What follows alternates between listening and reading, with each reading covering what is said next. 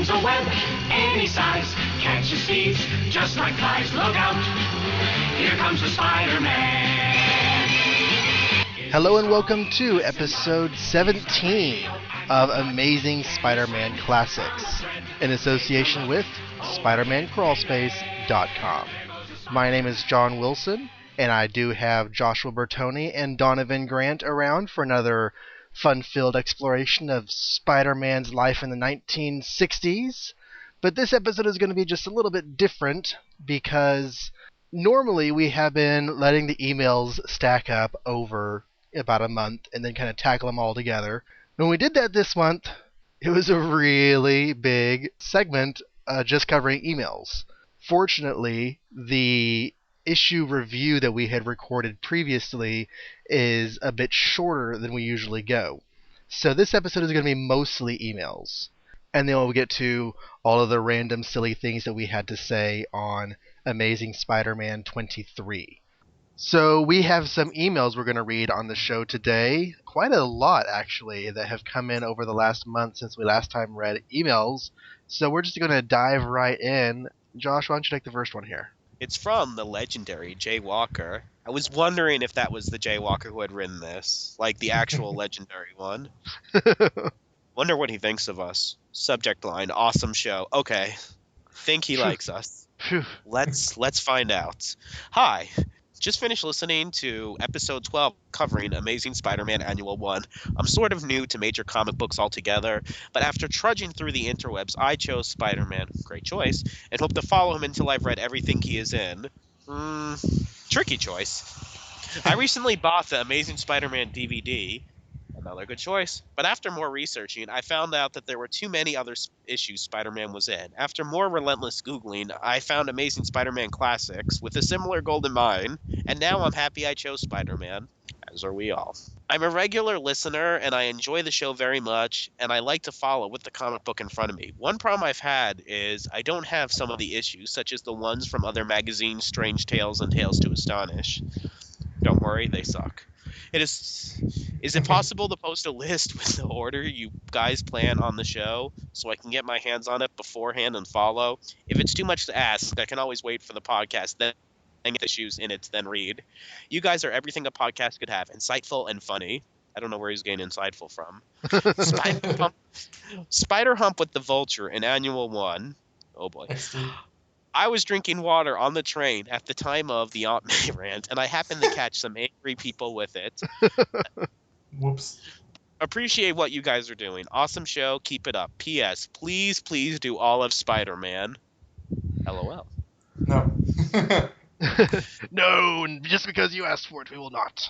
I have been on a similar mission, Jay Walker, to read everything Spider-Man has been in. If I could just take a second to recommend some resources, the Chronology Project at chronologyproject.com has a list of Spider-Man's appearances in chronological order. It seems to me to be fairly complete. I've not noticed any holes up through 1981.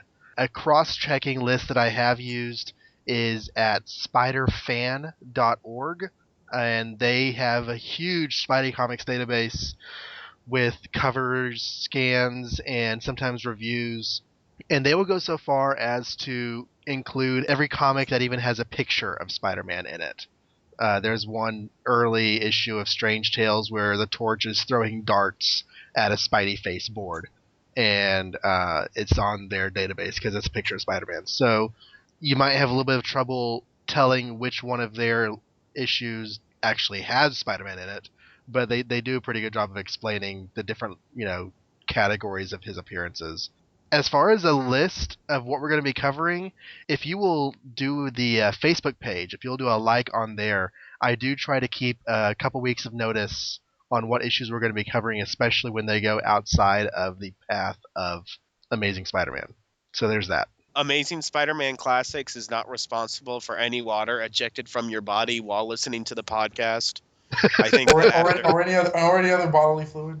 Oh, and one other thing. If you go to Google and do a search for chronological Spider-Man, you will find some links. And this email is sent from Aiden Mohan. Aiden Mohan reads, he says, Hey guys, I'm just writing into you guys to thank you all for the great podcast you have put together.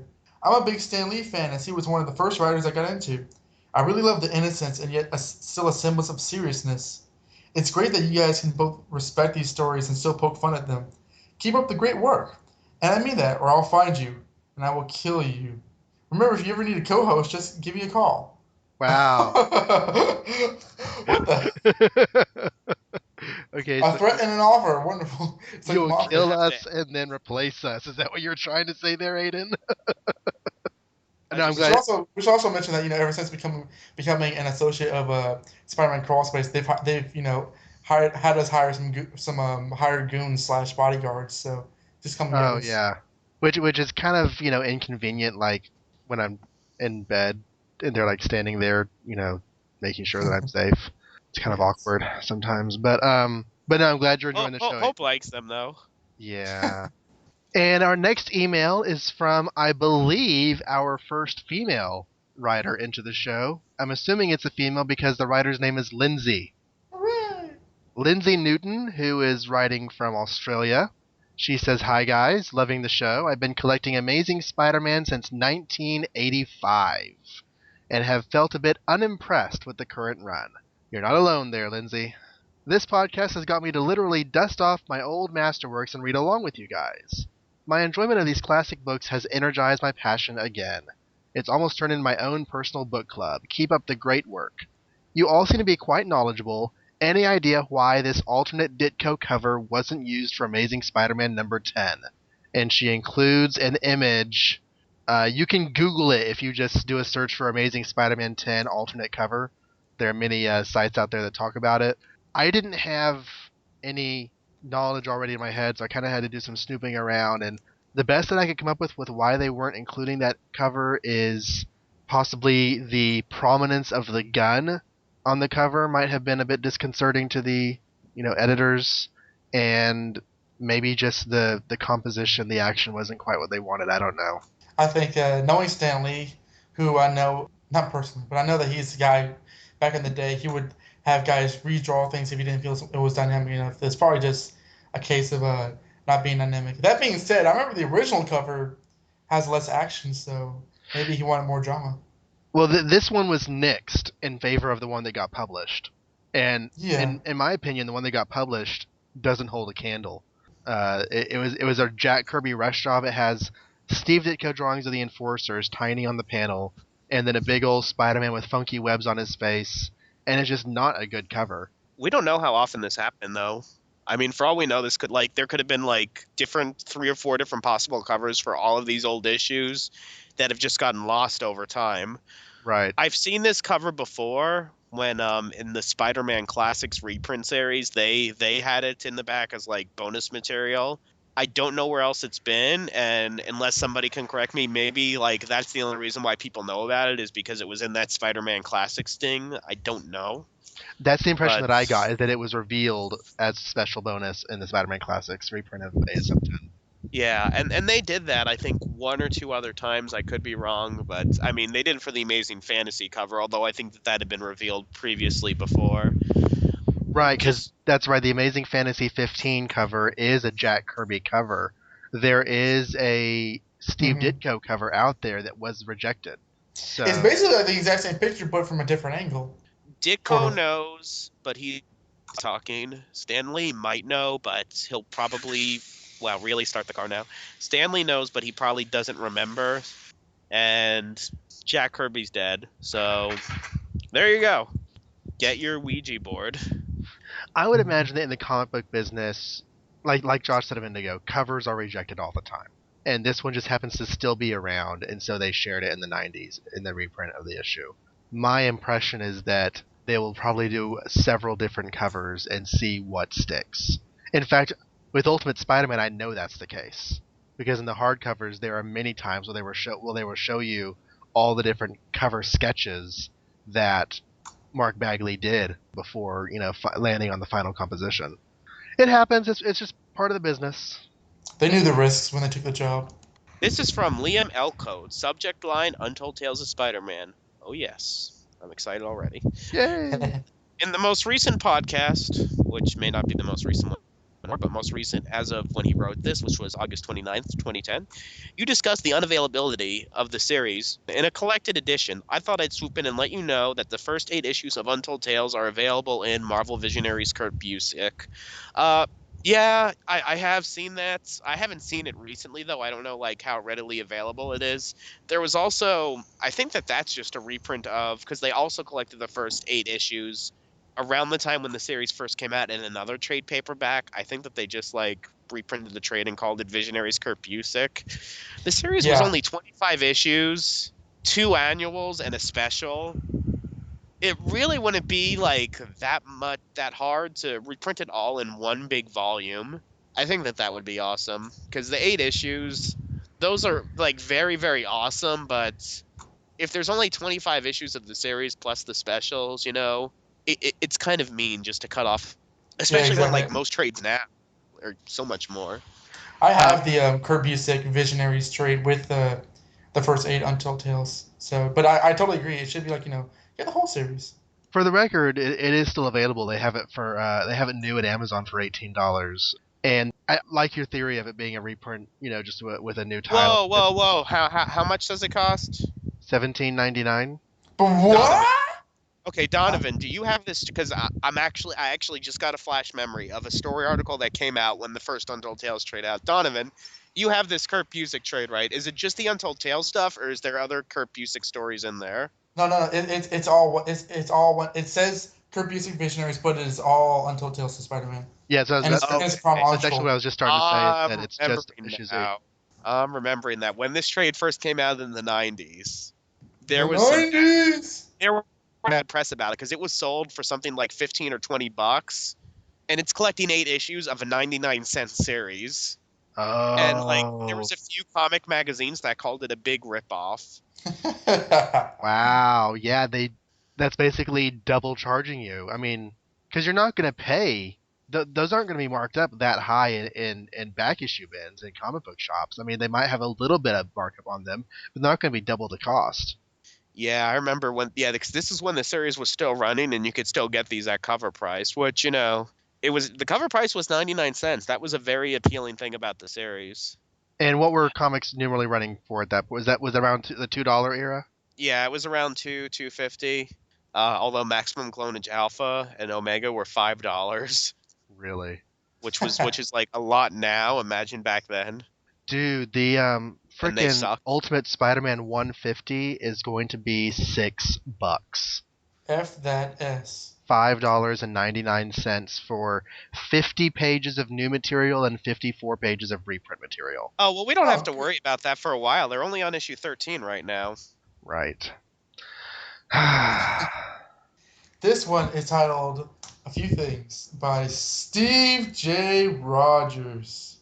Hey guys, great stuff as always. Thought I'd throw some things your way. Archie comics, huh? Like the description of Archie and the gang forever stuck in the same setting, though updated trappings and never really going anywhere. Boy, that could never happen with any famous superhero character. I mean, who would want a character to be forever stuck in the way he was back in, say the books of the mid 1970s through the early 1980s? Oh, wait. Yeah, the subtlety is brimming there, folks. Yeah, yeah. Your lack of sincerity disturbs me. Steve continues, I surprised that the classic Spider-Man theme, or even the Joe Perry version for the 1990s cartoon, didn't make the Saturday morning karaoke. Well, yeah, well that's true. I think that the point of that blooper was that the things that were completely off topic It, and not related to Spider-Man anyway. yeah, not related to Spider-Man anyway. But also I think that the theme songs we were referencing were a little bit earlier than that, but I don't know if that really matters. Obviously, it could have popped into any one of our heads. It just didn't. Well, near the end of that run, we did do a lot of 90s cartoons, but not Spider-Man. But that's another here and there. Marvel actually tried to put a simple freaking typo into continuity? Seriously? Seriously? Why didn't they go all the way back and tie in Peter Palmer for crying out loud? Whoa, whoa, whoa, whoa, whoa. Wait a minute, Steve. We explained that, right? Peter Palmer, how he used that in Untold Tales? I don't know if we actually brought it up on the show. I think we did. We went to the I'm eye on this. I'm on this podcast. I'm sure I brought it up. Oh wait, Yeah, Peter, I'm positive. did we have If Bertoni Peter- on that episode? I Peter assume Parker, not. if Peter Parker, like, ate a cookie and told Tales of Spider-Man, it was brought up on this podcast. If we see the cookie crumbs in Amazing Spider-Man and we actually saw him eating the cookie in Untold Tales, Josh is going to bring it up. And I did see Peter in another situation in a recent Spider-Man comic, and I was racking my brain trying to remember which one it was, but he was using Peter Palmer as an alias recently, and I don't remember why, but I do remember reading it. So Well, like how recently? one How of the recently? comics Like, that's been released in the last year. really? I just don't remember the scene, and I'm sorry that I can't. It's possible my brain's making stuff up, but I'm pretty sure it's there somewhere. But anyways, so they have made nods to Peter Palmer, although it would, I wouldn't have put it I'm, past 1970s Marvel writers to say his parents were secret spies named Palmer, and that they had to change his name as a kid to, keep his identity a secret. no, I'm 100% positive we mentioned that it was in Untold Tales when he went to the eye doctor and didn't want to blow his secret identity. But okay. But then again, Which this is the was same really OCD smart of company. Peter. He went to the eye doctor and changed 2 letters of his last name. He didn't wear a mask. He didn't like do anything to disguise his body or his face. But he 2 letters of his last name. Oh boy, if that doctor ever tried to track him down, he'd never find him. Really, he probably wouldn't. I mean, if the name's not the same, there's nothing to suggest that the doctor should change letters in the name to find some. I don't know. Never mind. Go ahead. This is the same OCD company that tied Captain America's first shield that only appears in the very first issue of Captain America comics back in 1941 into Cap's continuity, even though, come on, sometimes you gotta just go with it. It was that way all along, or what the hell, it was either a simple typo or Sam misremembering. Hey, you gotta give him credit for being close. And they say the fans are over the top with the nitpicking. I like Uh, Cap's original shield. I like that they've sort of made that one he carried for a while before he got the circular one. yeah, I mean, there's no reason that they can't explain like costume changes and stuff like that. So Shield, I think, falls in that category. Steve finishes off. And now a more meteor question.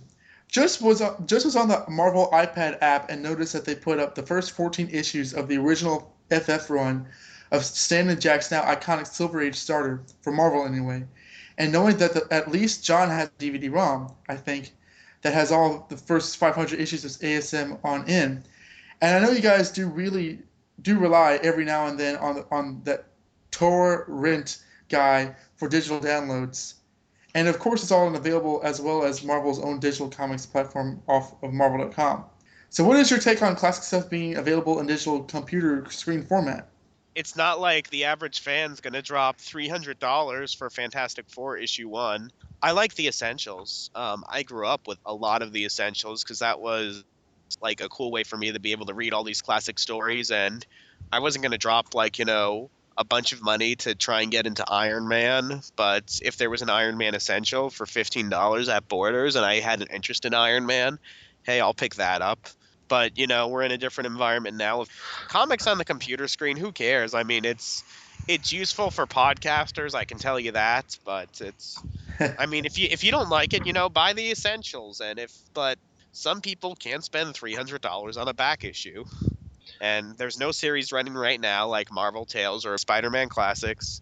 My question here is, what is the price point for those 40-year-old comics? Because my memory is that the recent-ish comics that Marvel is putting on their iPhone, iPad app, the price point is $1.99, and I can see possibly paying that price for a year-old comic on the iPhone or iPad because you don't want to pay $3.99 for it when it comes out the day of. You'd rather just wait for the reduction in price. I would never in a gazillion years pay $2 for a 40-year-old comic that is not the actual thing. I mean, if you're going to give me a scan or a touched up digitally enhanced scan of a comic that's really really old, and you're going to charge me the equivalent of full price because it's their standard full price for new comics, I'm not going to pay it. I would rather get a reprint collection. I would rather get a officially released scan. I actually really, really enjoy the officially released scans because they have the letters pages, they have the ads, and while some of those ads get hokey and just kind of breeze past them, there are a lot of really fun things there. As we brought to the show, it's good stuff. So yeah, As far as relying on that torrent guy, obviously that's not something that we can Legally endorse endorse. here on the show. It's illegal procurement of property. That's all I'm going to Yeah. say about that. My take is that I like buying and reading a comic book myself. I don't really plan on. Reading comics online. I mean, I'm not gonna lie. I have done it. I've done it in the past, but I will say that like it's basically reading the same thing. However, if we're talking about which one do you prefer, if it had to be one way or the other, I would always like rather have it, and right in front of me, sitting down comfortably instead of getting out my laptop and bending over backwards to kind of look at it. Not really bending over backwards, but I would, what the basic question was, what is your take on class up being to? I mean, I don't mind it, but it's not as preferable to the actual, traditional way of reading comic books. Yeah, and you're not the only one who feels that way. I've heard a lot of people say they really enjoy holding the comic in their hand, and reading is a tactile experience to them. And everyone's sensibilities work differently, so it's whatever you like. I personally don't have that need to hold the comic in front of me, so but I could be a minority. I'm a middle class white male, so if I'm a minority in the fact that I don't mind holding a comic, then that's at least one way I can be a minority. Dream big. No, I've got to get there somehow. Would this Yes. mean that that it would be a hate crime to do anything to you? I don't know, because I don't. It depends on the crime. I mean, you can beat me up and it's not a hate crime If you unless beat you me up say because I don't need to hold a comic to read it, please no one come and beat me up, please. I don't need that in my life. again. Again. Oh, did I tell you about that? Okay. One thing is for sure, it is nice picking up FF1 for bargain bin price. Though I like that original cover price even more, actually. Till next time, Steve. Thanks, Steve. Now that's an idea. Releasing comics at their original cover price for digital download on the iPhone iPad app. iFap.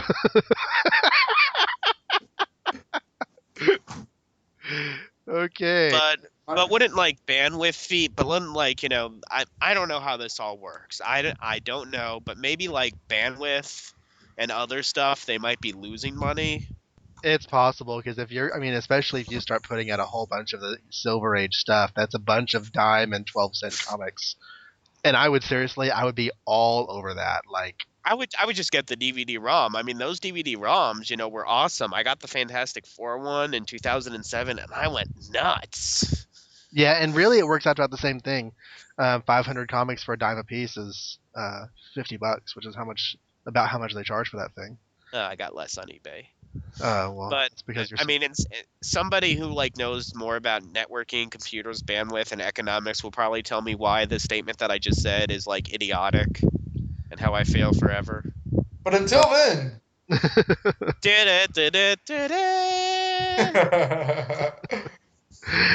Okay, our next email is from Eric Gentry. He writes an email entitled ASM Classics. Oh, wait, that's us. Woohoo! Hello, I caught up on the podcast recently at work. I know what you guys are going through, because I'm doing the same thing. A little over a year ago, I found the last issue I needed to complete my run of Spectacular Spider-Man. Oh, so you got the second one? Because there were only 2 issues of Spectacular. Oh, wait, the wrong Spectacular Spider-Man, sorry. And I started the reading project. I've read hundreds of issues, including guest appearances and crossovers. I'm in the middle of the Clone Saga right now, and I'm stalled because my dad is remodeling his house, and my 21 boxes of comics are in storage. Anyway, good luck on the podcast. It's fun to hear all of the interesting behind-the-scenes facts. Regards, Eric. So sad that your comics are in storage, dude. I mean, what do you do with Which your Clone time? Saga? I'm really curious which Clone Saga. Is it the awesome one or the one that was also awesome but it dragged on for way too long? I'm guessing he's talking about the '90s one because he has been reading through Spectacular, and the Spectacular hadn't started yet when the original Clone Saga happened. Oh, Yeah. yes. Well, if you like the 90s Clone Saga and love me and Donovan on podcasts, then And I know you do. I'm really happy for you. And I have nothing more to say on that. No, you have to say it. Clone Saga Chronicles. Go there. Oh, no one listens to that show. As been proved by other podcasters. I Yeah. love that on the Yeah. intro. I really do. Okay, this email to Amazing Spider-Man Classics marked urgent. Request for urgent business relationship. First, I must solicit your strictest confidence in this transaction. This is by virtue of its nature as being utterly confidential and top secret. I am sure and have confidence of your ability and reliability to prosecute a transaction of this great magnitude involving a pending transaction requiring maximum confidence. We are top official in the federal government contract review panel who are interested in importation of goods into our country with funds which are presented trapped in Nigeria. What the fizz? Okay, nobody interrupted the Nigerian prince email gag. Like, I was just waiting to see I was how. waiting. I was waiting to see where's this going. What the deuce?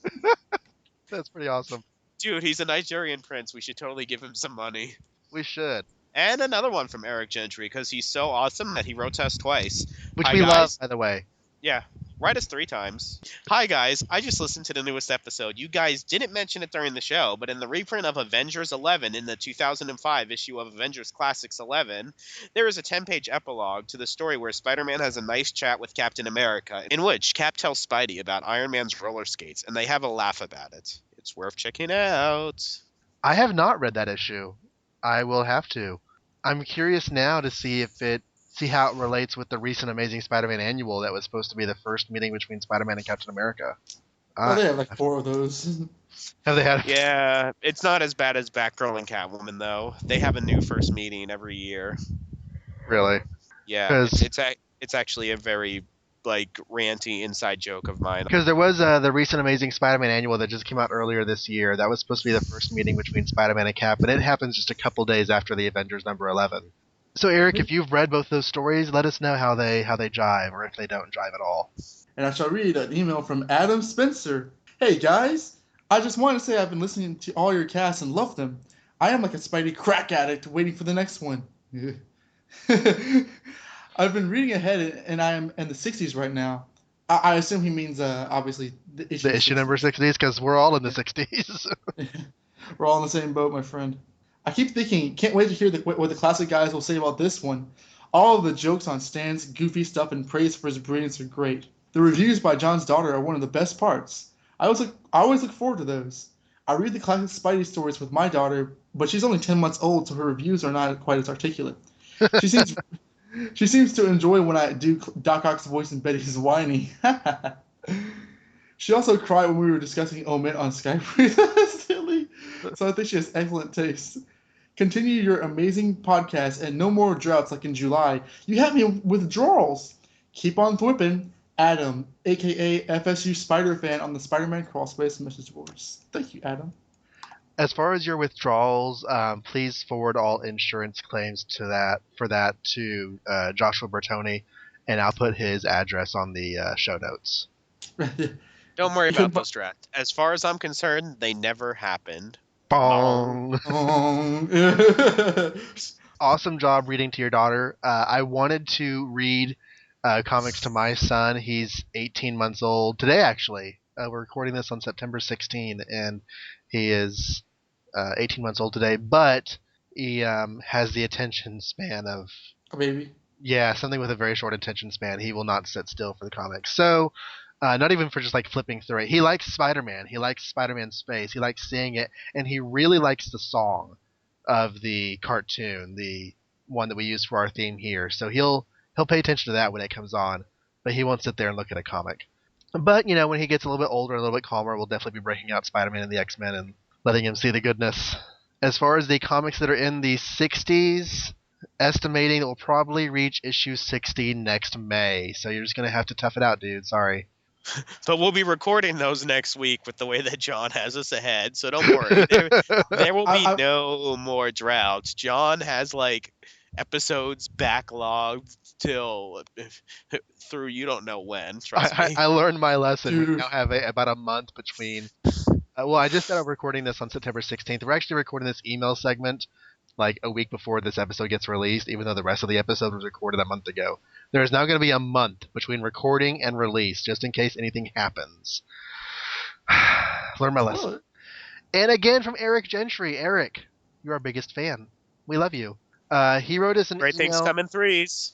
Except the Trinity comic sucked. Although Jeffrey Taylor's hometown was in that, so that's pretty cool. But the series sucked. He just listened to the last episode before this one that you're listening to right now, and he says, foot painting. Hey guys, just heard the newest episode. Good stuff. Fun fact that foot painting that Steve Ditko was looking at was seen again in Web of Spider-Man 73 during the Art Attacks storyline, in which Spider-Man and the Human Torch fight an old Strange Tales villain called the Painter. How horrifying is that? It's the And painter. Yeah, I reread that last week, and I wished I had read it before we did the podcast. But Spider-Man, they're going to the art museum, and like Peter sees the painting, he's like, figures this one is still here. No one wanted to buy it because there was that running joke in the Ditko issue about the art. But yeah, Willie Lumpkin was Aunt May's date. It's good fun, and there's more Peter Parker versus Johnny Storm stuff. You know, both in and out of costume, and then Johnny and Peter like almost get into a fight, but they walk away each thinking how mature they are, and they both get the same mirroring thought balloon. Johnny's like, oh, things have been different ever since I married Alicia. And Peter's thinking, things have been different since I married Mary Jane. And if this was done now, it would be, oh, things have been different ever since Mephisto erased my marriage to Mary Jane. And Johnny would say, oh, things have been different ever since it turned out that my wife was actually a shape-shifting alien who faked a pregnancy. Oh the God. way things change. No, I looked at the Yeah. cover to this issue because, okay, I had to actually, I owe you a debt of thanks, Eric, because when I read that issue of Amazing for the first time a couple years ago, a little thing in my head said, that seems vaguely familiar, but I had no idea why it would have been, so I ignored it. But Web of Spider-Man 73 was my first issue of Web of Spider-Man to purchase when I started collecting comics. I got Amazing Spider-Man number 341 was the beginning of a trilogy where he loses his powers. Actually, he lost his powers in the previous issue, but this is the beginning of the new storyline where he's dealing with it. And all the other Spider-Man comics were mid-storyline at that point, so I waited for the next storyline to start off. And December cover date was the Puma, and February cover date was Art Attack. So that was my first issue of Web, and I do remember seeing that in the issue now that you've mentioned it, so thank you. This cover is really, really crazy, though. It has it has Spider-Man and Human Torch fighting these three insanely wacky villains. It was a different art style, like each part of the story. Like it was avant-garde art one issue and like performance art one issue. And I think for this issue, because they're at like an Alicia Storm exhibit, because yes, she was Alicia Storm at this point. The Thing's girlfriend married the Human Torch, except it wasn't really her. It was like sculpting exhibits. But all over the page it has special surprise guest star with an arrow pointing to the Human Torch. And guess what? If he's on This the guy. cover, he's not a special surprise. But there's another special surprise guest star that you can't see until you open the book. Yeah, It's there are Willie other surprises, but it says like special surprise villains, the It's Headman. Willie Lumpkin. Oh yeah, special surprise romance you can't see unless you open up. There's Willie Lumpkin with Aunt May. Special surprise guest inker, and it draws a little arrow to the cover inker's signature. Special surprise villains, the Headman, and there are the Headman right on the cover. And it's just like these aren't special surprises because they're right there. But Okay, anyway, okay. Tangent. How long was Willie Lumpkin with Aunt May? I know it Not was in the that 90s. long. It was for like a year or two. It was just one of those things that kind of got him forgotten about. Like it was yeah, only in one or two titles, and it was really soon after Nathan died. Like very creepily soon. Like less than 10 issues after Nathan died. She was like, and I think she even like asked Peter for his blessing or something. And then like, Peter was uncomfortable around Willie Lumpkin at first, and then like they made their amends. He's like, I have honorable intentions. Look at me wiggle my ears. Ah. okay, so I guess And I then just like they came made in him right switch after out. Nathan died because I remember when Willie got introduced, when he was delivering mail and he and Aunt May started flirting. And then, yeah, he did just kind of, it faded away and stopped being part of the Oh story. my God! I just googled Clone him. Really, Saga. I ran to the panel where he says, "Face a tiger, you just hit the jackpot." You gotta be kidding me! Oh yeah, you with Eric Larson art, yeah. No. Willie Lumpkin, he was just there was a lot of things that got dropped when the Clone Saga happened because the Clone Saga just took up so much energy that a lot of stuff going on with the supporting cast and everything else was dropped, and obviously with Aunt May dying, Yeah, there was like a that's not backup. the thing on the. There was a backup Willie Lumpkin story after Aunt May died of like Willie in like one of the big specials or annuals or something where Willie like remembers Aunt May, I but have they that. Is made it the Christmas one? Because I have that. Yeah, they made no effort to hook back up again though after Aunt May got back. She was having. I was surprised to find out that he There's was a actually Fantastic Four character when I got the chance to read like the first Fantastic Four Marvel Masterworks collection and saw he's Lee Lily. Kirby. Yeah, he's totally Lee Kirby, old school. Like before Lee and Kirby hit their stride, he was already basically faded away and forgotten. He's older than that though. He's one He of no no he's a lead. He's a creation of Stanley and Dan DeCarlo because he was originally like a comic strip character that like there were some other characters that Stanley did created before he went to Timely or when it was still Timely, but he kind of it was imported, but he was created before the Fantastic Four comics. Another interesting thing about Art Attack, and I know that we're talking about a book that we're not supposed to be covering on here for another 50 years, but Who cares? so okay, in this issue, Peter gets introduced to Alicia Masters Storm, and because remember she was Storm at the time, and a letter writer complained a few issues later saying that was a big content mistake because Peter already met Alicia back in Marvel 2 and 1 years ago. Alicia should have remembered that she met Peter Parker before. Well, obviously, with the retcon that came later that this Alicia is a shapeshifting Skrull, that actually kind of fits. Yeah, that's true. So I love that retcon. It's one of those fascinating Fantastic Four things to me. And reading this, they obviously did not have the retcon in mind, but it works. Except you say, well, then why doesn't Peter remember Alicia? But maybe he knew she was a space alien. That brings us to the end of the emails for this episode. Want to thank everyone very sincerely for writing into the show. The email address, if you want to share your thoughts with us, is amazingspidermanclassics@gmail.com. We will try to sprinkle in emails more frequently so that we don't have to spend an hour going through them on an episode, because I know that y'all want to get to the actual comic books. But we do enjoy conversing with our fans, and we do enjoy having the time on the show to hear your thoughts and share our responses. Before we move on to the comics, however, for this episode, we do have 2 iTunes reviews that we want to read and give gratitude for. Yes, we do. And the first one we shall read is entitled 5 out of 5 stars, Great Podcast by Jason M71. He reads, I first read these stories in the early 80s via Marvel Tales. Lots of fun to reread the comics and then listen to the podcast. Plus, Amazing Spider-Man Classics is a great way to kill time while washing dishes. I'll take that as a compliment. I totally do the same thing, Jason M.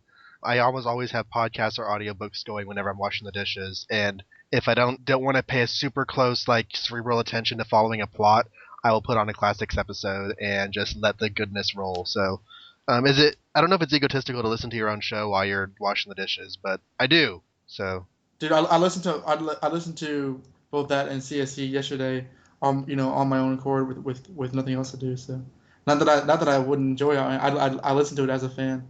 So I guess I'm the ultimate narcissist or something. I'm a fan of myself. I like to listen to podcasts when I'm washing homeless people. It really takes me out of it, and it lets my mind wander, and it doesn't remind me of how I've hit rock bottom. I have no idea what you're talking about, and I really don't know what to say to that. There's no reason to burn them alive. It's fine. I just wasn't expecting it. You don't usually go that dark. Well, it could have gone darker. I mean, there was another place I was gonna go, but I thought, nah. We've been everywhere tonight, reading the damn emails. Okay. The other iTunes review is from ZX1996. It is titled Question. He gives us 5 stars. Thank you, ZX. I found this podcast 5 days ago, and I'm on number 9. But if you guys don't mind, I would like to ask a question. In what comic did Carnage first appear? I'm one of his biggest fans, but I just started to read the comics. I was there and reading for his first appearance. I remember wondering. Amazing Fantasy 15. No, I was not there for Amazing Fantasy 15. No, that was Carnage's first appearance. Was not. Yeah, he was that little boy that was told never to see another horror movie again.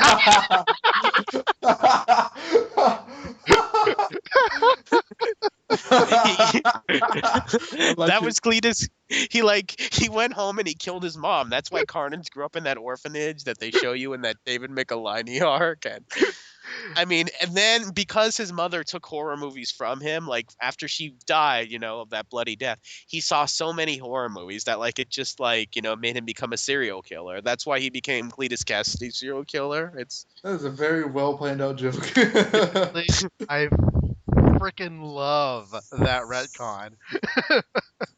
That is awesome. and when I become the head writer of Amazing Spider-Man, I will implement it. Oh yes. But actually, in seriousness, Cletus Cassidy's first appearance was as Eddie Brock's cellmate in Amazing Spider-Man number 344, cover date March 1991. And it's actually a really cool thing that they did. Eddie Brock is in jail, and Cletus Cassidy is there with him, and you can tell that Cletus Cassidy is completely off his gourd. And he's got several consecutive life sentences that he has to serve for all the murders that he's committed.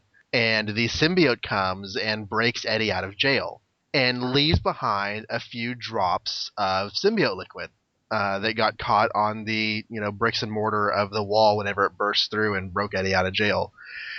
And you have a close up on the drops, and the scene ends, and they don't do anything with it for several issues. And then you have a page or maybe less than that of a scene with Cletus doing something else with those drops. I forget exactly how it all played out. Or maybe you don't get anything else until he actually comes back as Carnage and you get a flashback. I forget how they did it. But No, there's an issue of him sitting in the cell, like talking to himself. He's like, "Yeah, we're gonna do horrible things," and then the guard's like, "All right, Cletus, time for bed." Oh yeah, bam. And he like breaks out. And then there's like another before the first Carnage 3-parter, or was it a 4-parter? You see him 3-parter. killing somebody, but you don't see Carnage's full body. You see his eye, and you see him choking somebody's by the mouth in an extreme close up. I'm pretty sure it's and correct me if I'm wrong, but it's 361 through 363. Okay, I got those when I was a kid. Here's the thing. He shows up in 344 as Cletus and again in 345. Because, you meet him as Eddie Brock's cellmate in 344, then Eddie Brock gets broken out in 345. And then a year later, in 359, they start building up to the debut of Carnage. So if you want to get Carnage's first appearances, you'll want to get 344 and 345, and then 359, and he officially appears as Carnage in issue number 360. So those are your first Carnage stories. And if you want to get a more complete list of all of his different appearances, I would suggest going to chronologyproject.com, and where it says search the project, put Carnage in there, and you'll get a list of everything he's been in. And also, they are starting up a new Carnage miniseries. I think the first issue comes out in November. Yeah, they're saying that it's not going to be Cletus Cassidy. At least that's what they're hinting, because a lot of people think Cletus Cassidy's dead because Sentry ripped him in half. But at the time that issue of New Avengers came out, when Carnage supposedly died, people were noting that Carnage was acting more like Ultimate Carnage because Bendis was writing it, and when he was ripped in half, it didn't even look like there was a human host inside. And so some people were speculating that Cletus might still be alive somehow. Okay. So that Death of Carnage didn't even appear in Spider-Man. It appeared in an off-title? New Avengers half issue of his 2. villains too. New Avengers issue 2. It was there was a breakout and everyone was attacking, and then Sentry's Carnage, hi! Come to space! Rip you in half! Come to space. I have no memory of Carnage being in that. That's kind of amazing because I thought I would remember. I've seen a picture of it. It was skip 2 or 3 pages and you'll miss it. Yeah, I'm not saying you're wrong. I don't have a mental image for it. But anyways. For some more Carnage history lessons, Venom actually went into prison during the reboot era and said, "You know what? I'm going to take the symbiote back." And he merged the Carnage symbiote back with the Venom symbiote. Didn't he eat the freaking thing? Yeah, he did. He ate it. He awesome. And then so Cletus Cassidy escaped from jail and he painted his body red, and he's like, "Aha!" and he got knocked out with one punch or something.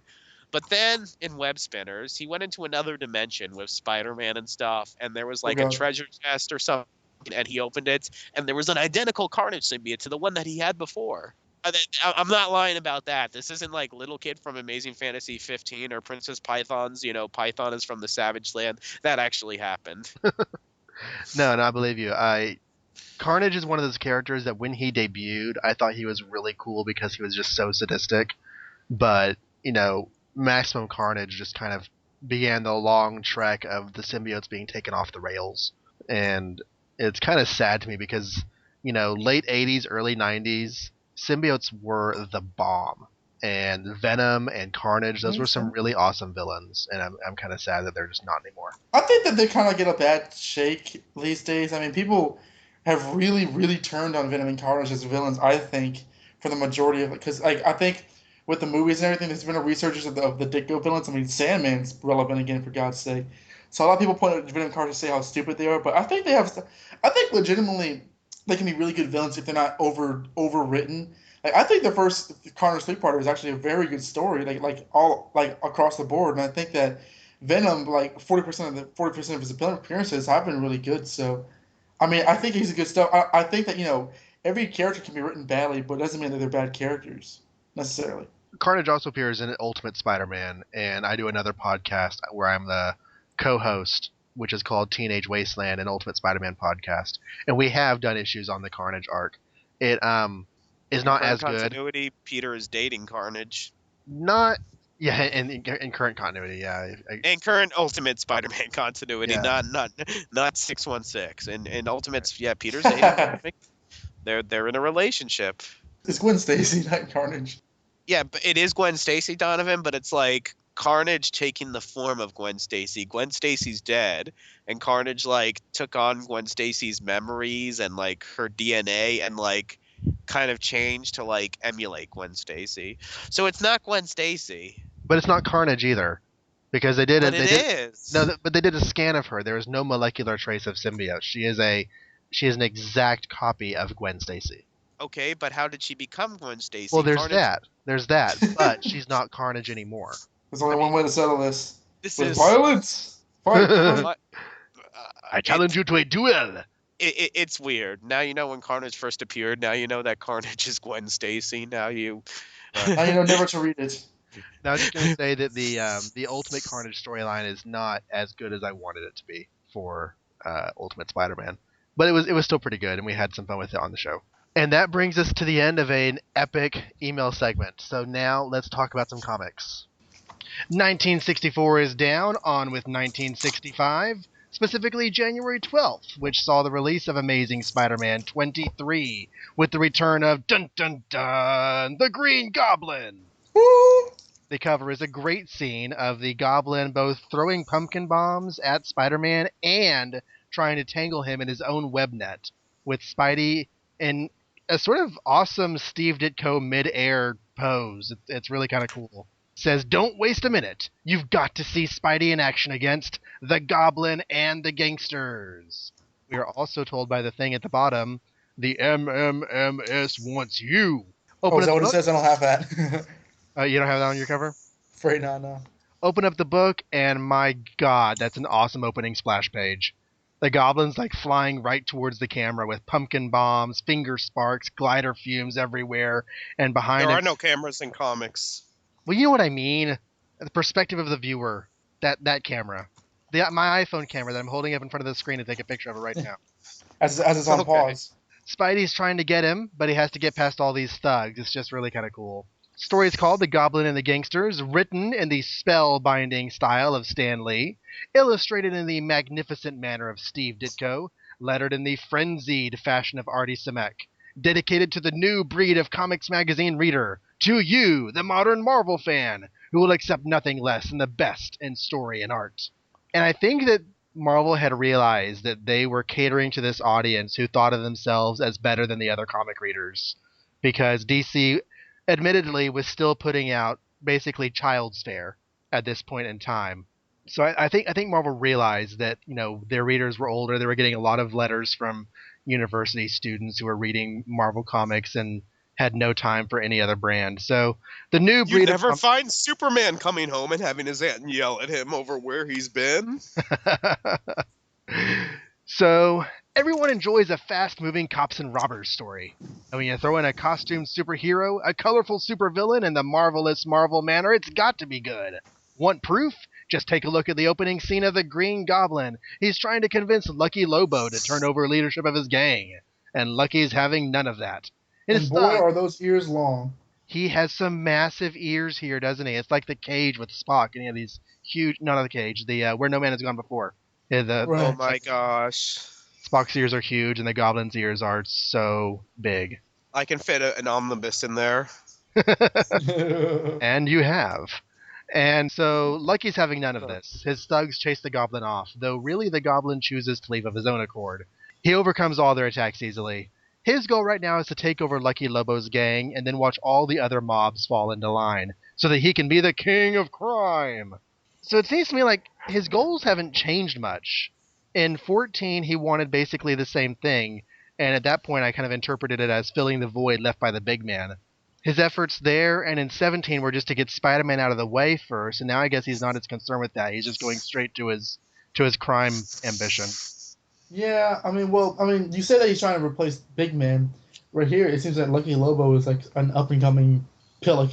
But, Yeah. But if he has Lucky Lobo's gang, that's like a very big step into replacing into being a criminal master. Getting all the other gangs to follow his gang. like taking out the Queen on a chessboard. Like being Big Boy Caprice, taking out Littleface and Flat Top and Lips and the Brow to follow you. Dick Tracy? No? No. I was just about to say 10 respect points for you because I recognize those guys. Dick Tracy is awesome. We just watched that last night with the daughter. She thought it was really cool. That's one of my favorite movies, honestly. Madonna was back. That was back when she was still, young. That was back when she made sense to be cast, unlike Die Another Day. Well, she wasn't cast. She was in the music. Wait, no, she was in the movie, wasn't she? She was a fencing instructor for a scene. That's right. I burned that from my brain. I remember the music video where she's fencing and there's all this eye candy for Bond fans. Guess I'm done another day. Yeah. But now let us briefly turn away from such sordid matters and visit the quiet suburban home of Peter Parker the next morning, where we find Peter getting out of the shower, happy that it's Saturday. He goes to the attic to retrieve his spider suit, where it was hanging to dry after washing the night before. But it's still damp, so he's going to leave it hanging. Chekhov's gun, anyone? He could take this opportunity to wear short sleeves, since he's not wearing his Spidey suit underneath, but of course he doesn't. It might be cold. It's New York. In January even, so yeah, you're right. He's going out to the library to study, but Aunt May tells him to call if he will be out late, because she's still upset about the events of last issue. Buying a newspaper on his way to the library, Peter's surprised to read of the Goblin raiding the Racket's boss hideout. Peter's confused and is curious about this news item. Why is the Green Goblin raiding a gang boss? So he decides to stop at the Daily Bugle on his way to the library. While there, he looks for Betty at her desk, but she's not there. What he does find, though, oh God, that he is, oh no, a letter from Ned Leeds in Europe. That two-timing, because I thought things were all over with them. That two-timing double-crossing female. It's a good thing he didn't open the leather, because he would have found Polaroids of Ned, posing in his underwear and. I know. Nope. Thanks for the pictures. Thanks for the pictures, Betty. In capital red letters, the only thing it says is, "Do you want me?" Yeah. I want to know how he got to the conclusion that things were all over with them, because they were pretty sweet and romantic before he left. No, like he says, how long? She says, first of all, he was invited over the taxi cab thing, so if they're really serious, then they wouldn't have done that. And then she says, well, how long will he be gone? Oh, 6 months. Come on, let's go hang out, Peter. And I would totally be with his side. Okay, and she has been agonizing over him so much that he must have thought she forgot all about it. I think Peter thought out of sight, out of mind, just because, Betty hadn't mentioned Ed for a while, and as far as he knew, and as far as the fans knew, it was back to the status quo. Little did we know. So, leaving Betty's mail alone, because it's none of your business, Peter, he looks around to see Jonah Jameson talking to a now out-of-jail Frederick Foswell, formerly the big mustache. man, with a mustache and a very much longer head and a full head of gray hair now. This just made this Green Goblin story more interesting for me, because theoretically that was who the Goblin was initially trying to replace in the underworld, and now he's back. So it kind of, to me, pretending I don't know how it's all going to turn out, it kind of ups the stakes a little bit. Peter finally gets a moment with Betty, and after being turned down for a date because of work, he tries to prod her into bringing up the letter. But it skips her mind until after he's gone. So Peter thinks she's hiding Ned from him. Now, anything else new lately? Why no? I guess I must read A Lather Dull Life. Yeah. Well, what's What's a dull life? You are a teenage girl, underage, high school dropout who's taking care of your sick mother, and you are an executive assistant to one of the biggest media moguls in the world. But And you've been kidnapped like 3 times by Dr. Octopus. nothing interesting happened that day. I took it as kind of sarcastic. I took it as kind of Well, sarcastic. Like, well, anything else going on? Well, I mean, forgetting everything else I just mentioned, like the whole fact that she's the teenage secretary to J. Jonah Jameson. I mean, that would be like if someone was like, if like Sally Johnson, 16-year-old, like, became the secretary to Ted Turner or something. Right. I mean, it's a pretty, like different life that she lives. So that's what I was saying. I kind of took it as sarcastic because, like, maybe nothing that she could bring up as notable right that moment happens, but Yeah, I take it that meaning too, John. now it says like, so yeah, I guess I lead a dull life since I can't please you right now. I just want to tell Peter, now who's playing the jealous crazy bitch because he's all asking about Ned. Anyway, so meanwhile, Pete leaves the building. He sees Frederick Foswell talking with a shady-looking character. He decides to trail him as Spider-Man, but when he ducks into a phone booth to rip open his shirt, he remembers that he left the costume at home. Spider-Man 2. Yeah. It's So, like the however, Superman theme starts playing, then like the sound of the record skipping. Dun, dun, dun, dun, dun, dun, dun, dun, dun. So, however, nice and comfy in his snug-fitting, dry costume, the Green Goblin is wasting no time at all. He meets clandestinely with one of Lucky Lobo's men who's turned snitch and gives Gobby the list of all his illicit dealings that he hides from the Income Tax Bureau. I love the guy that's like, he's saying, yeah, Loki does this is a better thing. I'd be kaput if he knew I was double-crossing him, as though he wants to commit suicide if someone were, like, spying on him. Like, if anyone's hearing me, then now they'll know that I'm, screwing him over. He's really expositing hugely there. So the Goblin plans to take this, this list and make it public, but we don't know exactly how yet. And later, at the Swank Midtown Business Executives Club, we find Jonah Jameson hanging out with a bunch of rich old farts, including, dun-da-da, First appearance, Norman Osborn. Currently unnamed. Now, we've Yeah. said this in previous episodes, but let's just make it clear again here. This is the Green Goblin's third story. And according to Steve Ditko himself, he intentionally introduced Norman Osborn's face into the crowd, and he knew this was the Goblin's private identity. And later in Peter's college days, he will intentionally draw Harry Osborn to look like this guy because he wanted Peter to be in college with the Green Goblin's son. The notion that's been floating around at fandom for decades that Ditko left Amazing Spider-Man due in part to the Goblin's identity and disagreements over what that should be has been denied by the man himself. Is it wrong that I kind of take Ditko's assertion that he intentionally started planting the seeds for Norman Osborn to be the Green Goblin with a grain of salt? Because I don't want to say that like he has as bad a memory as Stan Lee does or anything, but to me, even for a '60s Marvel comic book, I think that kind of foresight is really, really like ahead of the game. And while that's really cool, some part of me thinks that like I don't know if he seemed pretty quick to say that in that interview. But It wasn't an interview. It was like a rambling essay or something. Yeah, it's part of another thing that he wrote. That's true. My thought is, this is issue 3? Yeah. So the Green Goblin's reveal is still 15, 16 issues down the road. But the Green Goblin is the only villain that they haven't given a backstory to in an origin. Well, the only villain that we haven't seen a face. I should say that, because there have been other villains we have no backstory for, but, it doesn't really The Chameleon's face. Right. Well, no one cares who he is. It seems to me like that Stan and Steve might have, like, even if they didn't know what their long-term plans were going to be, they might have actively toyed with how they wanted to play with the identity and tease the fans. And that's why Steve might have put the face in the crowd, saying, whatever we do with him, this is the guy right here. I could see George Lucas or Stan Lee lying about this.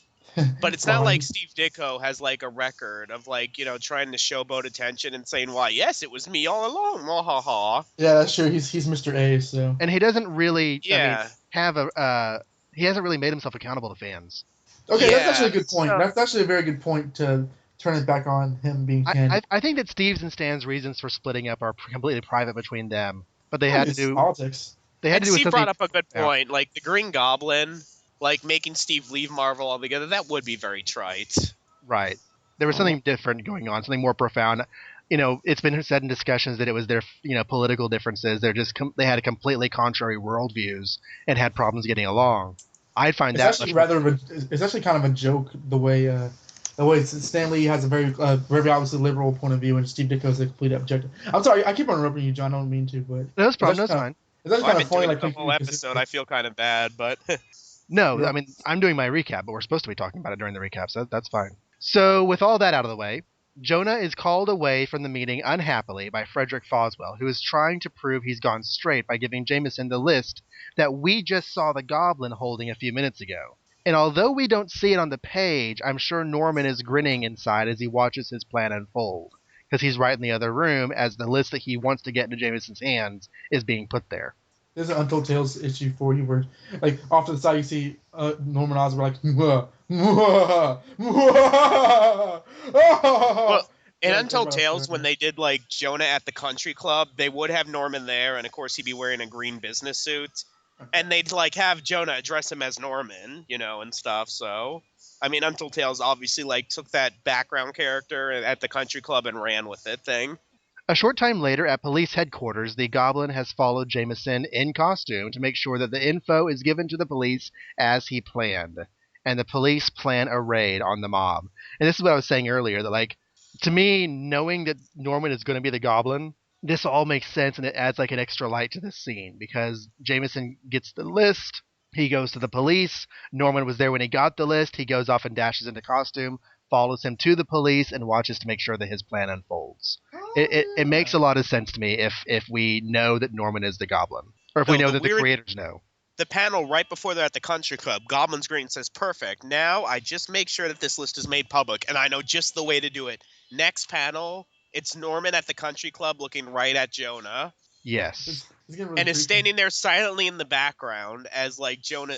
It's it really like, and comes together. yeah, and I didn't know. I mean, I knew that I knew. Oh yeah, that guy looks like Norman the first few times I read the issue, but like when I read it again, like for this with this in mind, I Your was eyes like, like widen. holy heck.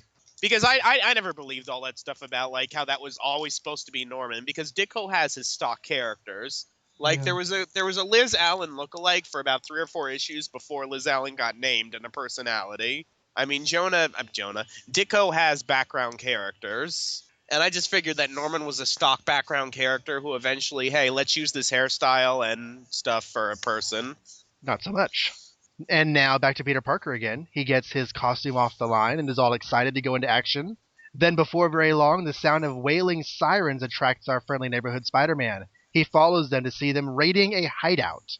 The crooks are trying to escape through the back, but before the eager teenager can leap into action, another costume figure whizzes by, stopping the getaway car in its tracks. The Green Goblin has totally confused Spidey, so Spidey gives him chase.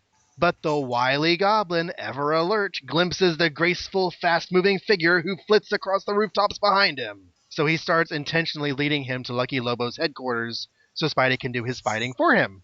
Kind of sneaky of him. And a short distance away, the gang leader barks frenzied orders to his lieutenants to close up shop, hide evidence, burn the records. But no sooner does Lucky hang up the phone when the Goblin flies through the window, throwing pumpkin bombs and smoke to confuse everyone.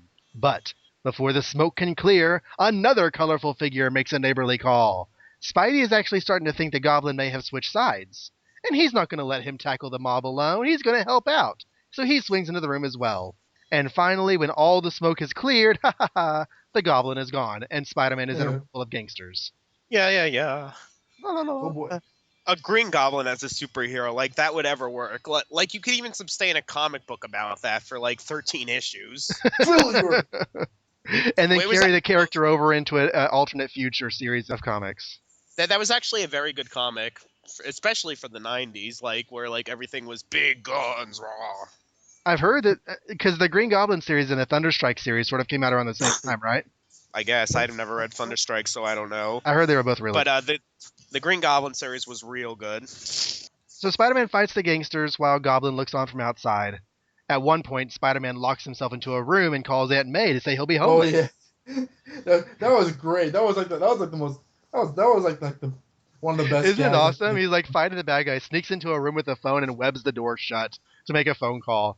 and she's all impressed by his sense of responsibility, and all is well again in the land of crazy old Aunt May. Whoa, wait a minute. When I read stuff like Aquaman or The Flash, they never have to stop in the battles to call their parents. What Marvel's doing is so different and against the formula. Wow. It's for the new brand of reader, sir, and that means you. It's funny because Peter really could have given away his secret identity. The guys on the other side of the door. Aunt May. I'm sorry, this is a very bad path to go down, but look at Aunt May in that bottom panel. She's like got a. If it wasn't for that face, she'd have a nice figure. Oh Lord, you did not. That's it. I'm out of here. Okay, cover her face. Maybe. That's it. I'm out of here. Maybe if I were a Ditko drawing who liked trapezoidally shaped women. Okay, whatever. Guess what? Empire State University's not real, so and Sally Avrill's dead.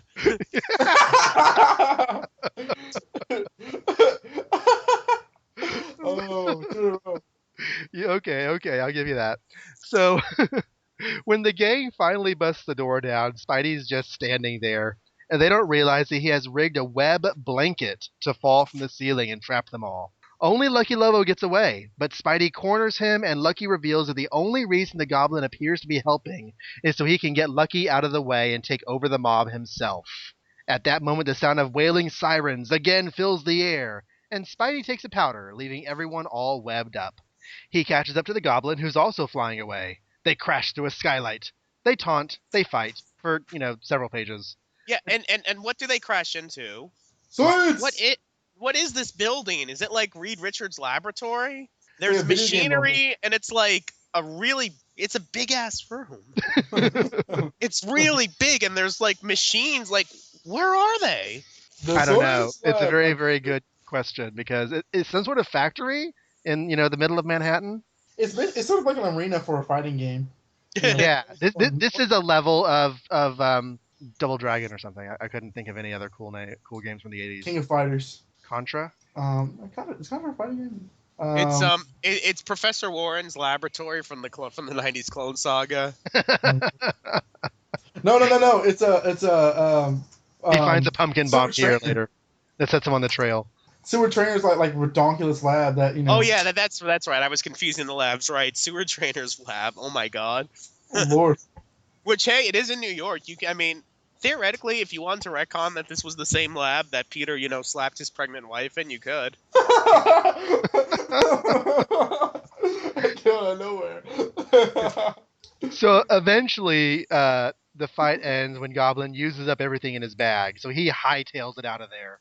And Spidey can't give chase because, coincidentally, at the same time, he's out of webs. Oh.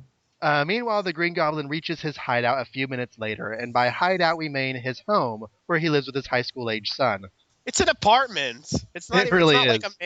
It's not a mansion or anything, which, again, the Osborns were not like, the Hiltons back in the 60s. They lived in apartments. They went to regular stuff. Who's to say that that's his actual home? Maybe he's like, doubling out. It could be a house. There's nothing to say it has to be an apartment. It could be a house. It could be anything. But when he's flying in, it looks like there's like the building that you can see through the window is like brick and looks like another tall.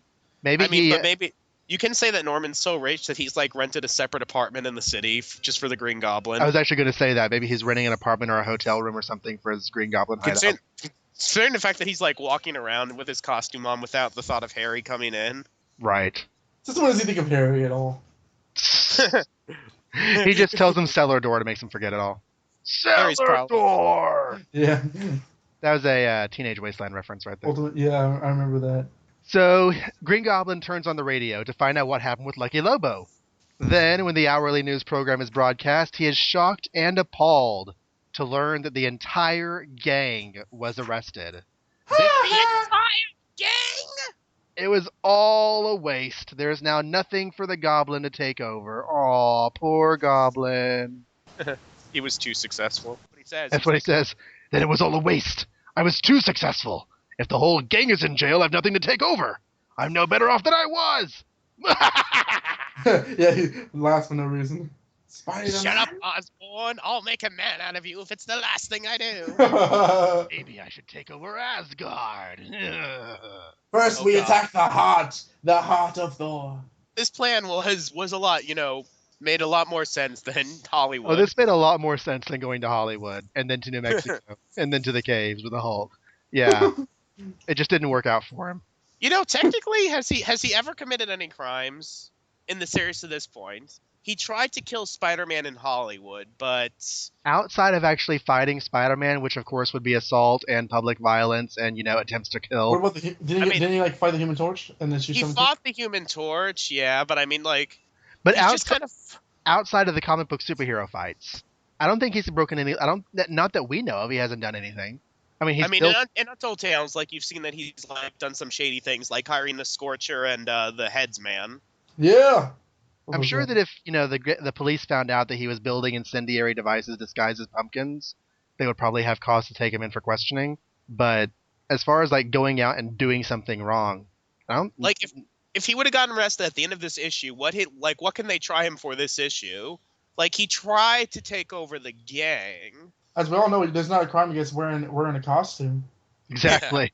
it just asked Abner Jenkins. So Peter goes to the Bugle, where he finds out that Foswell was responsible for tipping off the police about Lucky Lobo. But this causes Peter to wonder about him even more, because the Goblin also wanted Lucky caught. And Betty still hasn't mentioned the Ned Leeds note, so Peter's worried about that. So he goes home, worrying himself in circles, when actually everything around him is for the moment just fine. And he actually says that he's like, oh well, everything's actually not so bad. And yet I have Well, a it's strange... kind of it's slightly foreboding because he's like, what is it with me? My grades are fine. Aunt May's fine. Betty just probably forgot like what is the problem? Why am I feeling so anxious? So it's Betty, kind of ominous. Betty probably forgot that she's cheating on me. We do get another Spidey pin-up this issue with Spider-Man in a sort of reversed coloring, with I his web love this lines pin. red and the red areas black. You like this one? I love this one. It's one of my favorites. I always thought it was kind of It's weird, but I I cannot. love it's got almost every villain that's been in the series, and it's got him, Aunt May. It's like Brady Bunch, like in the middle it's Aunt May on top, like Alice the maid, then Peter in the middle. He's got Liz, who looks a lot like Princess Python actually, and Betty Brant on one side, and then Flash and Jonah under him. and Stan Lee and Steve Ditko in the top. Yeah, Stanley, Steve Ditko, and this is going to take a while, but let's figure out if this is actually every villain that's appeared in the series. Oh, We got man. Chameleon from issue 1, Tinkerer and the Aliens, that covers issue 2, as long as they have the Vulture, which they do. Okay. Issue 3 was Dr. Octopus. He is, In the top I'm left. pretty, on the top left. Yep, there he is. Issue 4 was Sandman, correct? Yeah, he's Yep. down there. Yep, there he is. Issue 5, Doctor Doom. I see He's him. Issue 6, Lizard. there's Um, even the burglar. yeah. Okay. Issue Seven's Vulture. 7. 7 was the Vulture again.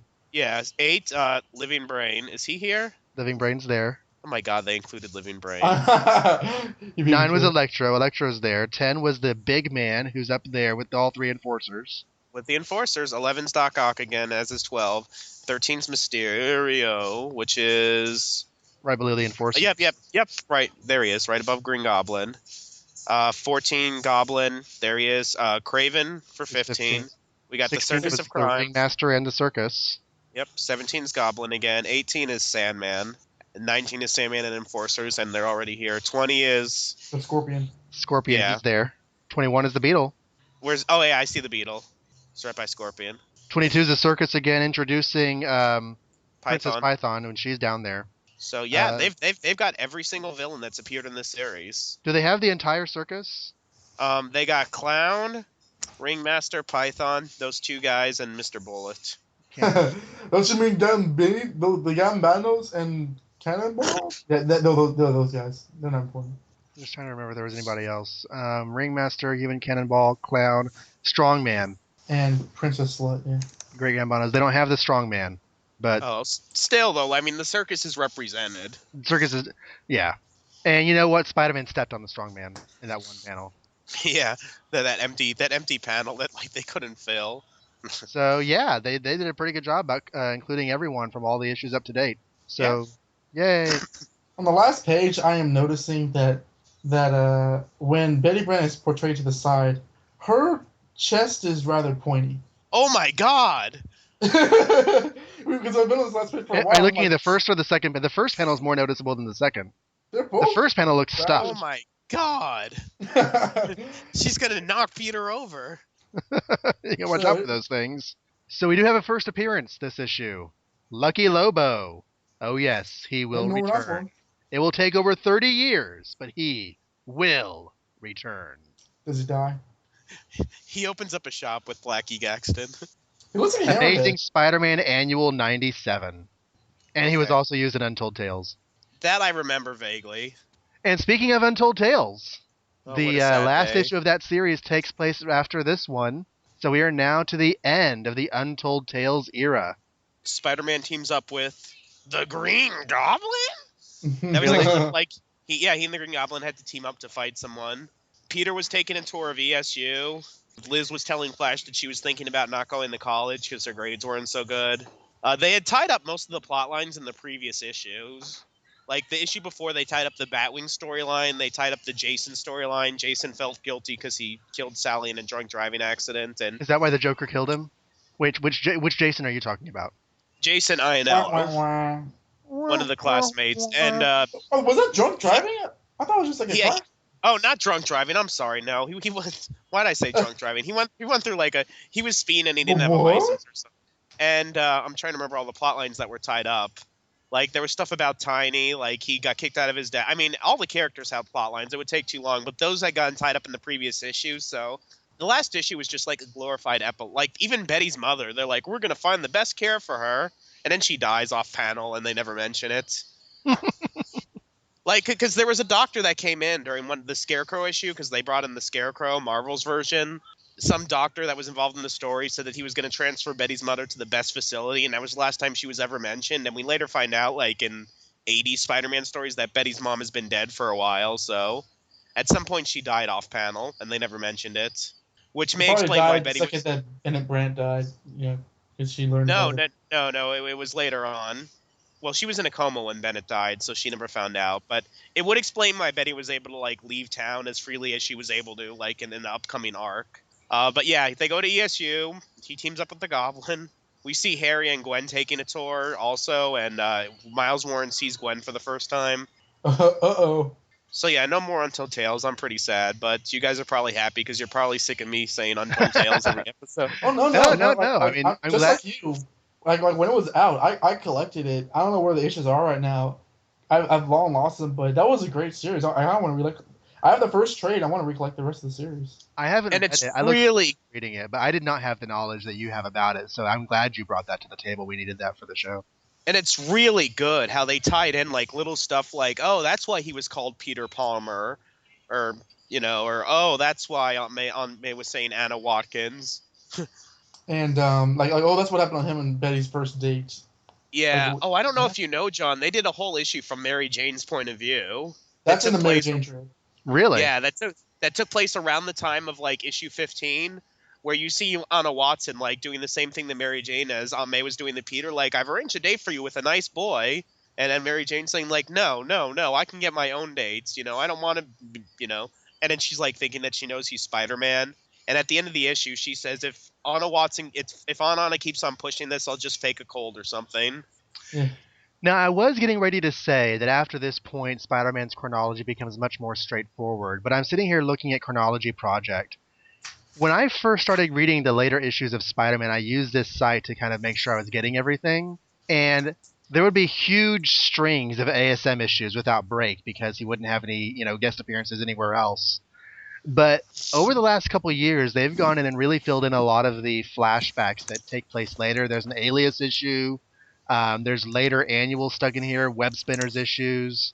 The web spinner issue where they go to prom, which actually makes no sense because Liz, I'll explain it later, but basically there's no way that could fit in the timeline due to the stuff that happens with Betty and Liz in that story.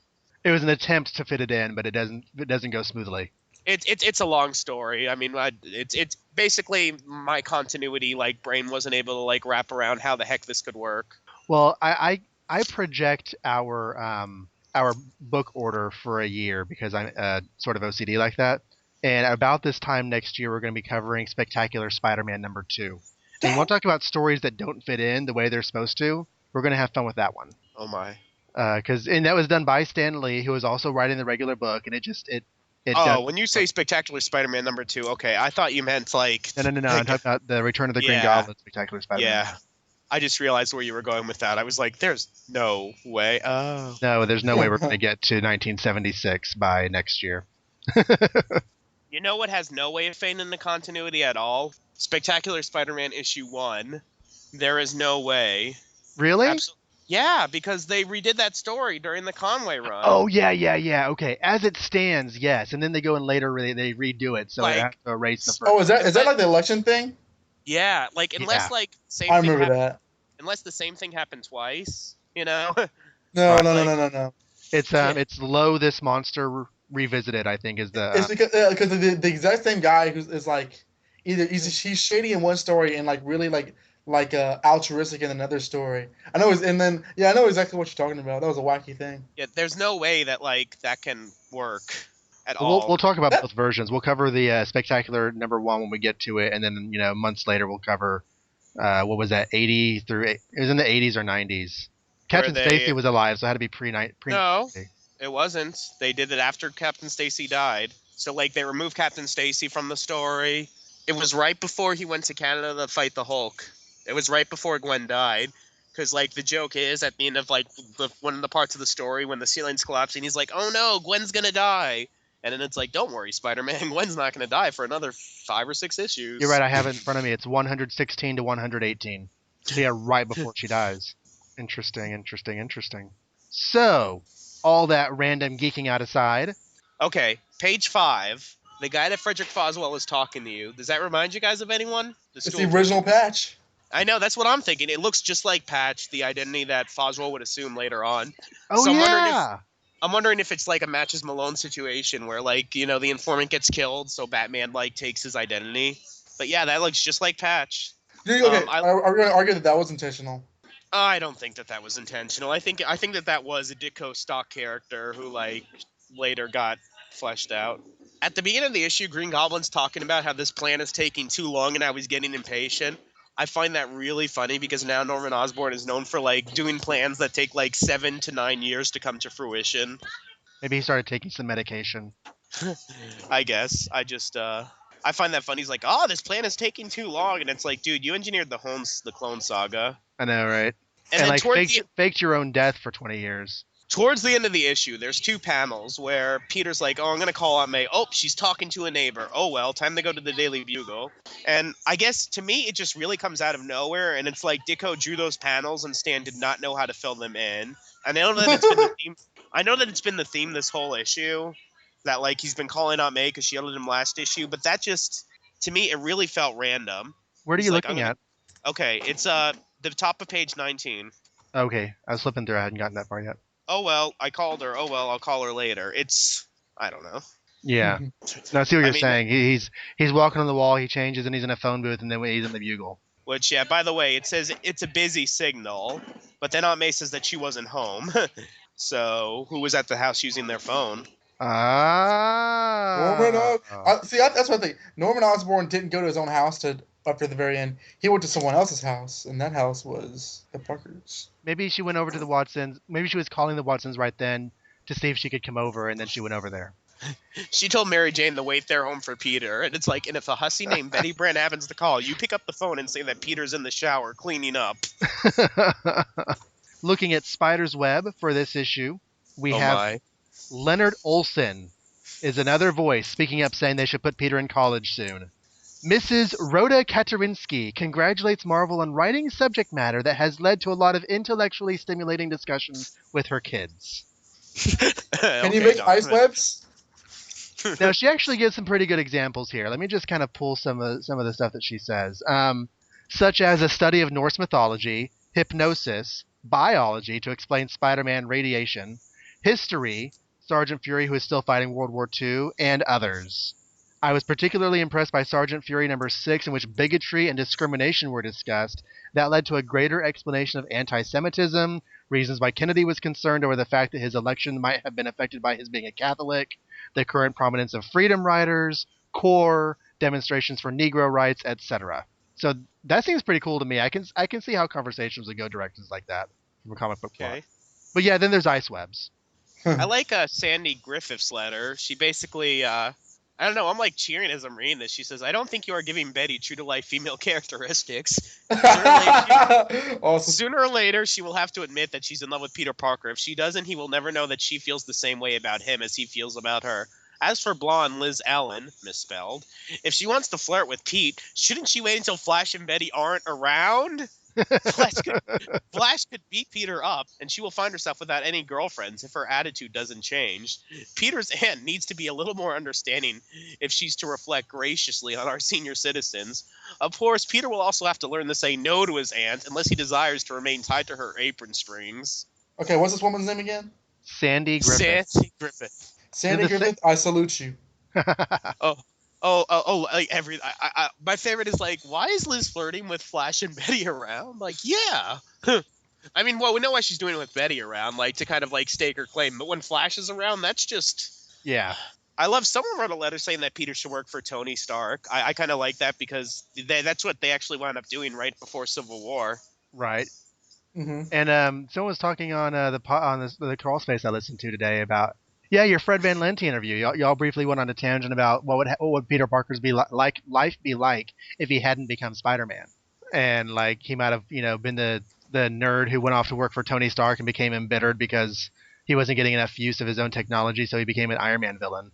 That was y'all's little speculation they had on the interview. But Yeah, we said that would be a good what if. Yeah, pretty good what if. Another Sandy Loomis, who's actually, this isn't the first time he's been published, or she, says that Spider-Man joining a team would be like the Mandarin joining the X-Men. So, I guess he's right, unless you count the new Avengers and the new Fantastic Four. And Bill Miller gave the Scorpion some love, so then that's all I have from the letters column. I love the Scorpion. Yeah, Scorpion's cool. In the special announcements section, they have some fun teasing the readers about the Green Goblin's secret identity. And they get more mileage from their new breed of reader line that they're using right now. The ads this month. I like the ad of the guy going for the interview where the girl says, I'm sorry, but we're only hiring high school graduates. We do have ads for the X-Men number 10, where they fight Kazar, of all people. This was the first revival of that character. He was around in the Golden Age. And they've made some changes to him, so it's not the same character, but I guess Stan Lee wanted to bring back his Tarzan ripoff. Is that how you pronounce it? I always said Kazar. I've heard it Kazar. I've always said Kazar. But it sounds like Kazar would be right the way it's spelled, but... I've heard it both ways. I love boys wanted to sell grid. It's like a Ponzi scheme. Yeah. They start giving you prizes after a while. They say free prizes in this ad, but after a while they start showing you the prizes. And then there's this ad that says, congratulations, you just won a free iPod Nano. In 1965. Yeah. Journey into Mystery 114 has Thor against the Absorbing Man, which proved to be a pretty tough fight. Now, I saw a really silly Absorbing Man story in a backup just within the last couple days from like April, and he was really pretty cheesy there. But if you read these first couple issues with the Absorbing Man fighting Thor, it's done really effectively. The Absorbing Man is one of those simple ideas that if you do it right and you take it to its logical conclusion, he's rather epic and vastly powerful. But you have to do it right. And the Fantastic Four 37 is called Beyond a Distant Star. This is the one where, if I remember right, the Fantastic Four go to the Skrull homeworld in order to get revenge for the death of Susan's and Johnny's father. And we get some of our first insights into the Skrulls' culture that would be built upon throughout Marvel's history. Vengeance. Vengeance is mine. How does he die? I think, isn't he shot? It's been a while. Yeah, it has been a while. It was just a few issues before. It's like 31 or something, 34 maybe. The funny thing is, when like the father first appears, Reed like sees the picture. Why is Susan like so mysterious about him? Could this be a romantic rival for me? Another old man. Oh man, which they later retcon that I think Reed was a boarder at like Sue's house when she was 12 or something, and she fell in love with him that way. But I've seen that. Maybe the dad wasn't in the picture back then. But if he was, then Reed should definitely know who that man is. Or yeah, if he was living there, you'd think he'd remember. I was gonna say it's been a while, but if he was living there, that's yeah. But But I seem to recall like the scenario was when they reunite with the father that he hadn't been seen in a while. The death of the father was tied up in the Super Scroll story. Yes, yes, Yeah. yes. There was an issue where the Super Scroll was wearing a mask, and the teaser through the whole issue was who is this guy, and it's thought that it might be the Storm's father, and then in the battle at the end, the father gets killed, and I can't remember what that. It wasn't the Impossible Man because he's the guy with the green pointy head. Oh, I think they tied Impossible. like a bomb to him. Yes. I think that's what it was. And like, cause when the like four would run to him, they were gonna explode. It was a trap. And then they teleported him to where they were, and he's like, "No, stay back." And he purposely like smothered himself on the ground so that the bomb would only kill him. Right. So it was the death was at the hands of the scrolls, but it was tied into a Super Scroll story, and I can't remember what. I need to look at a cover gallery. What that the name the Super Scroll was using then. Super Scroll. No, he was using it. I'm pretty sure it was just Super Scroll. No, because that was the thing is he was wearing a mask, and Oh. the idea was who is the person in the mask, and it turned out to be the Super Scroll, the Invincible Man. That was him. And with that profound discovery of the Invincible Man as the Super Skrull's secret identity, we are going to bring episode 17 of the show to a close. I want to thank you again for all of your emails. Please do continue to write, and we'll be splicing in our responses to your emails into previously recorded episodes. That way, you get responses, and we keep our lead time between recording and publication to prevent any further delays in episodes like we've had in the past. The email address is, of course, amazingspidermanclassics@gmail.com. You are also free to write us reviews on iTunes, where you can subscribe to the show. There is the website, amazingspiderman.libsyn.com. You can download the files there and see any artwork that might be posted or humorous notes. I am going to be putting a link to the pinup that we mentioned earlier here today. And finally, there is, of course, the Facebook page. If you do a search for Amazing Spider-Man Classics, there is a fan page. You can keep in touch with the show there and get news about new episodes as they're released, humorous comments. A lot of times we'll talk about what we're recording as we're doing so and kind of tease you about, what the future holds. That is all at Amazing Spider-Man Classics on Facebook.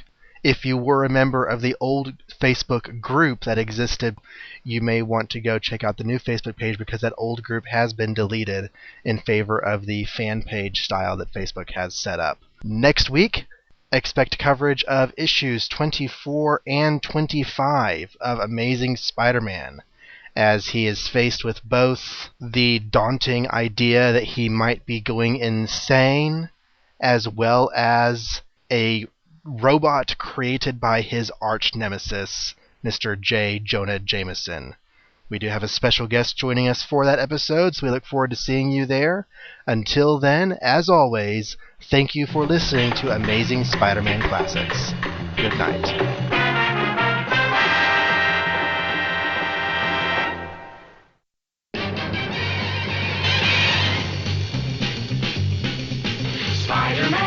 Spider-Man does whatever a spider can. Spins a web any size, catches thieves just like flies. Look out, here comes the Spider-Man. Is he strong? Listen, bud, he's got radioactive blood. Can he swing from a thread? Take a look overhead. Hey there goes the Spider-Man. In the chill of night, at the scene of a crime, like a streak of light, he arrives just in time. Spider-Man, Spider-Man, friendly neighborhood Spider-Man. Wealth and fame, he's ignored. Action is his reward to him. Life is a great big hang-up. Wherever there's a hang-up, you'll find the Spider-Man. And then when the hourly news Sorry, I forgot to mute when I blew my nose. All over my face. That's what she said. I felt hell in that one. Dear Amazing Spider-Man Classics, please stop making fun of me. Just because I want to date all the men who I can and my boyfriends are not allowed to doesn't mean that you get to make fun of me. P.S. Please tell Doc Ock I said hi. I miss my brother. Signed, Betty Brandt. Dear Amazing Spider-Man Classics, I love the show. Keep it up. My favorite part is when you impersonate that That annoying old woman Betty Brant. Sincerely, Elizabeth Allen. With an A. Dear Spider-Man Crawlspace, how dare you start a podcast about that web-swinging menace? You should start a podcast about a real hero, like my son John Jameson, the John Jameson Classics podcast. Dear Amazing Spider-Man Classics, Plant. well, devoting the whole podcast to that web-swinging menace. I can't do a good Jameson voice, but, something along those. Dear Amazing Spider-Man Classics, my son, John Jameson. He should be the subject of your podcast. You Why? web-swinging menace. He went to space and he became a werewolf, and also Captain Jupiter sometimes. But people remember the wolf thing more. He married the She-Hulk, although I can't possibly see why. But he's my son, and he's more of a hero than that web-swinging Spider-Man. Parker, go to that Spider-Man fan club meeting and sabotage it. I don't know what a podcast is, but Peter gave me this little flashlight, and it's been playing music and videos, and I heard you guys in it. Please get out of my flashlight. Dear Amazing Spider-Man Classics, you should do video podcasts. I'd love to see a video podcast. Sign Alicia Masters. Co-signed with Matt Murdock. No. That catches us up on all the emails. Want to thank everyone so much for writing into the show. The email address is amazingspidermanclassics@gmail.com, and we will try to sprinkle these in more frequently so we don't have to have a big, massive catch-up. Although That's what you people are doing to our host. You're killing him. Stop emailing us. Stop. a bug just flew in my mouth. Ladies and gentlemen of Gotham City, live, the death of John Wilson. Okay, seriously, like A bug seriously flew in your mouth? seriously, like one of those little teeny tiny flying insects that gets in through window cracks and stuff was just kind of buzzing around, flew right into my mouth. Ugh. It was the wasp. Bypass the tongue. It's the wasp. She's like, as a wasp, I have a natural hate podcast about spiders. I must kill John Wilson. Cram down his throat. And then, hey, Okay. Janet, You- what did you I okay? tell you about it? Janet, what did I tell you about flying into other men's mouth? Slap. Slap. Ah. Okay.